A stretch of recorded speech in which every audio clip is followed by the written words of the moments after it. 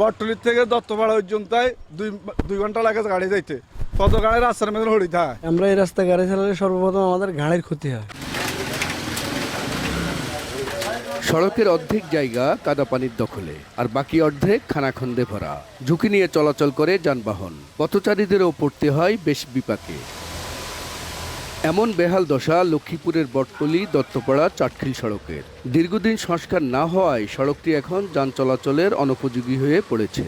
অথচ লক্ষ্মীপুরের সঙ্গে পাশের নোয়াখালী জেলার চাটখিলের যোগাযোগের সবচেয়ে সহজতম মাধ্যম এই সড়ক।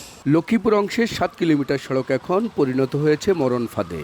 বৃষ্টির পানি জমে সড়কের এক একটি গর্ত পরিণত হয়েছে ছোটখাটো ডোবায়। দীর্ঘ 1 বছর থেকে এমন পরিস্থিতি হয়েছে যে আমরা এই রোডে চলতেও পারি না। এই অবস্থাতে মানুষ চলাফেরা করার তো কঠিন ব্যাপার হয়ে গেছে।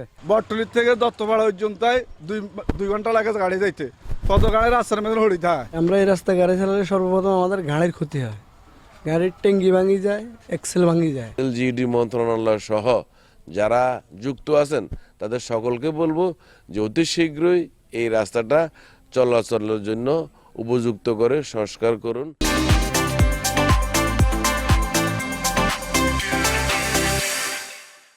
এলজিইডির নির্বাহী প্রকৌশলী জানালেন, বরাদ্দের অভাবে এই সড়কটি সংস্কার করা সম্ভব হয়নি। চট্টগ্রাম বিভাগীয় প্রকল্পে সড়কটি মেরামতের জন্য একটি প্রস্তাবনা পাঠানো হয়েছে।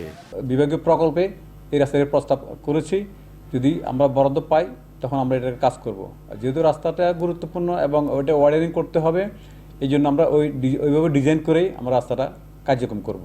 সড়কটির পাশে রয়েছে একটি Unani medical college, degree college সহ 15টি শিক্ষা প্রতিষ্ঠান।